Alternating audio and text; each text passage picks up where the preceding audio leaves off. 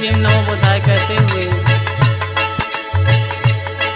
बाबा साहब ने कहा था, ऐ मेरे बहुजन समाज के लोगों, मैं इस मिशन को बहुत ही त्याग और बलिदान से यहाँ तक लाया हूँ।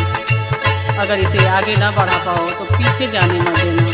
लेकिन देखा जाए तो पीछे जाता हुआ दिखाई दे रहा है। कहना है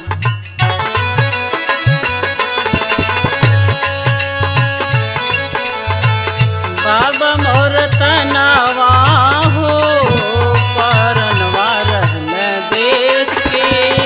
बाबा मोर तनावा हो परनवा रहने देश के।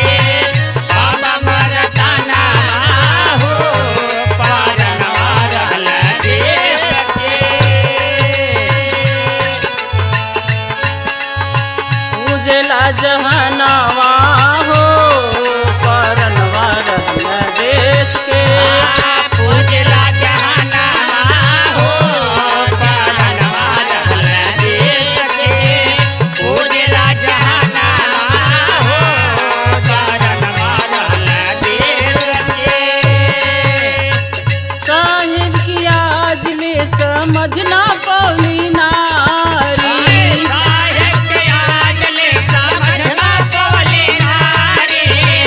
साहेब के आज ले समझना पौली नारी। जे करे सहारे बनल बाटे अधिकारी। जे करे सहारे बनल बाड़ी अधिकारी। जे करे सहारे बनल बाड़ी अधिकारी।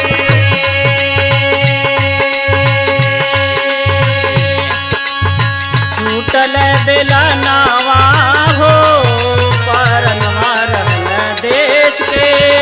छूटल बेगनवा हो परनवा रहने देश के। छूटल बेगनवा हो परनवा रहने देश के। छूटल बेगनवा हो परनवा रहने देश के। बाबा बोर तनावा हो परनवा रहने देश के। बाबा मोर तनावा हो परनवा रहने देश के। बाबा मोर तनावा हो परनवा रहने देश